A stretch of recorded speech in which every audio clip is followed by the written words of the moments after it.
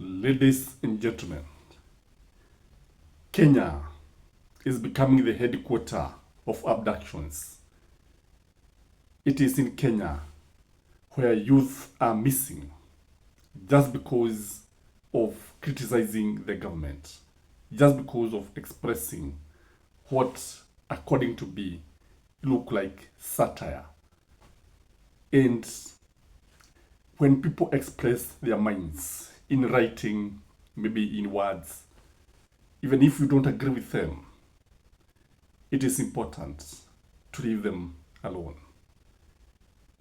In this video, I want us to show you how Bernard Kavuti was abducted by hooded men in Gong Town and pushed into a box.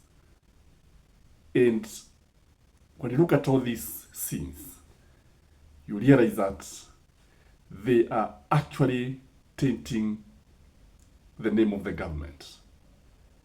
They are actually turning Kenya to be the center, the headquarters of abductions. I want you first of all to watch Bernard Kavuti being abducted here.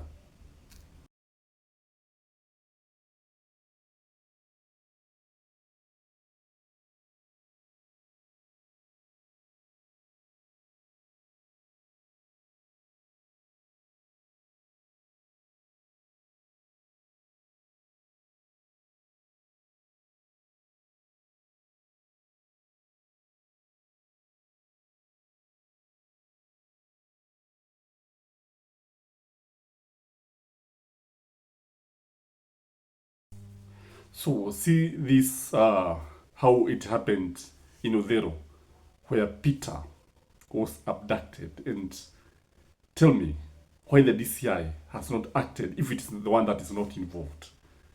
If it is not the police, why are these people still free? The vehicle can be seen very clearly, the people can be seen. Then tell me why this is not happening.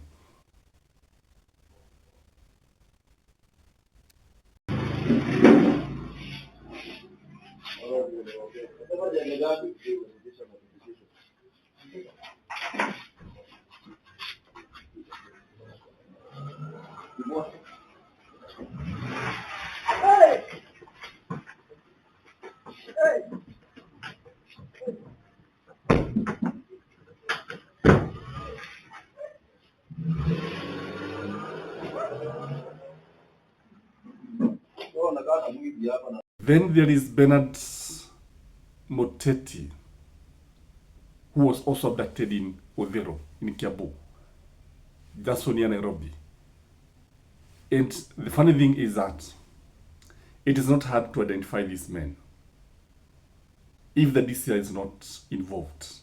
In fact, they should have arrested these guys. As we go on air, 4 Kenyans are missing.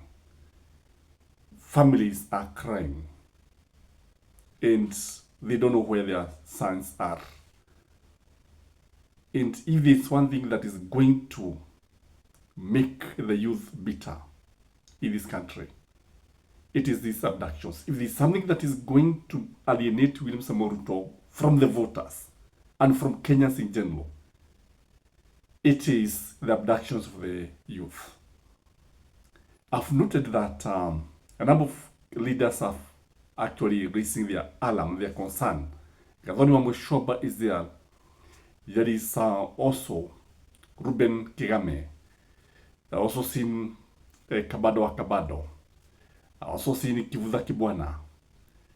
But I've noted there are some leaders who are quiet on this. And if they talk, their word is strong enough to save this youth. And why they are quiet, I don't know why they are quiet. Although I don't know whether they are supporting these abductions. And when I look at what is happening, you realize that this one is not what should happen. In fact, William Samoei Ruto would come out as stronger and very tolerant if it was reasonable lad. Do you think if it was Kibaki, do you think Kibaki would bother with such? Even Uhuru never bothered with these kind of things. And I want to show you how this one is going to affect William Samoei Ruto. Number one is about the international image. Starting next week, you start hearing the international community criticizing William Samoei Ruto. You start seeing the Western nations declaring Kenya is very hostile to the youth, a hostile country actually, a very intolerant country. So our image is being tainted by this kind of evil. In fact, when you look at it, it is evil, it is unconstitutional, it is uncalled for, it should be condemned.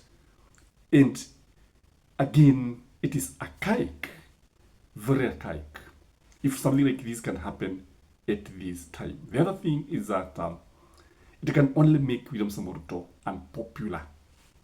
Because how is William Samoei Ruto going to win the elections with this kind of approach? How?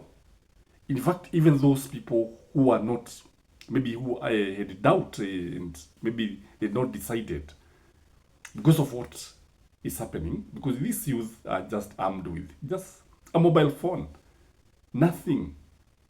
And you see, when Uhuru Muigai Kenyatta left the social media, many people criticized him because he moved out of Twitter, Facebook, and I think it was a good thing.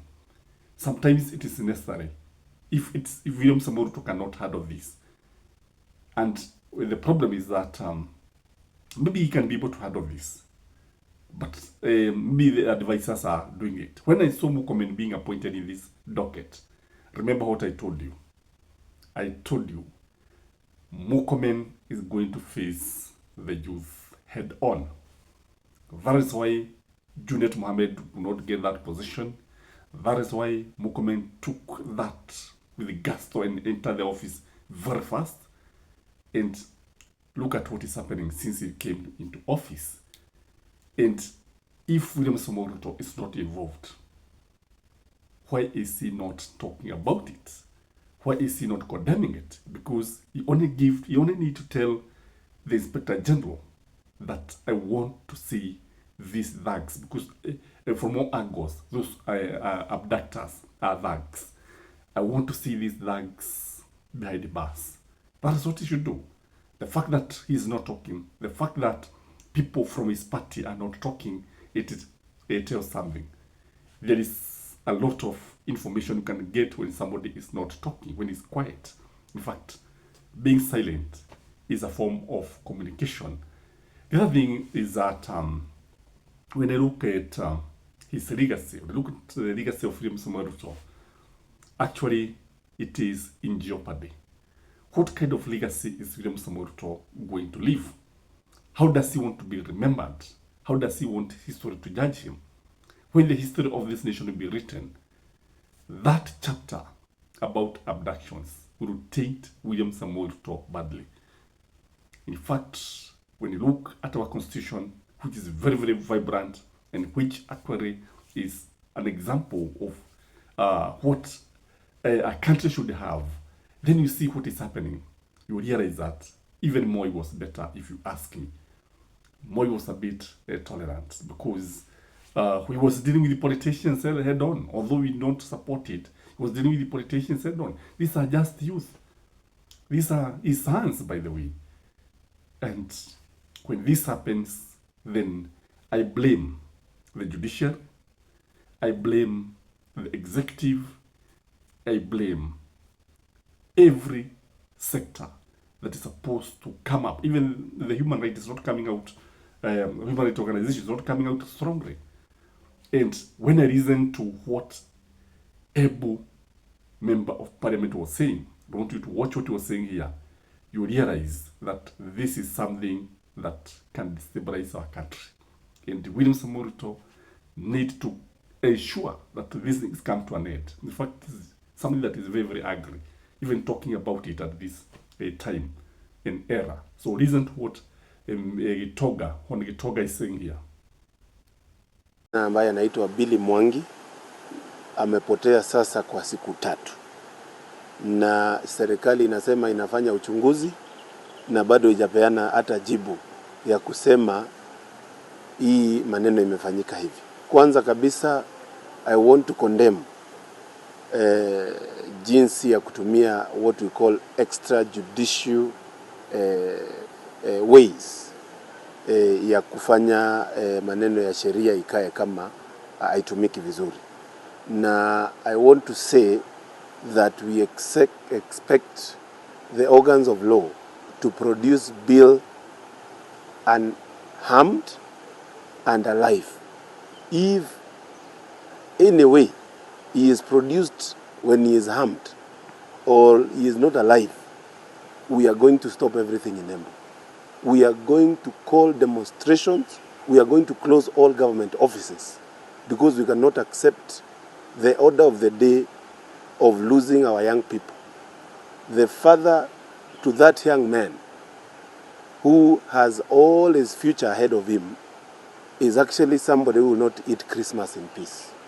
So whatever mistake, whatever issue that could have happened, which should take the line of the law, we expect the government to actually be the people who are supposed to ensure our people are safe. Whether you are guilty, whether you are not guilty. And I want to say, they should not dare Embu. That young man must be produced, and he must be produced when he is alive and unharmed. And if he is harmed, we are going to stop everything in Embu.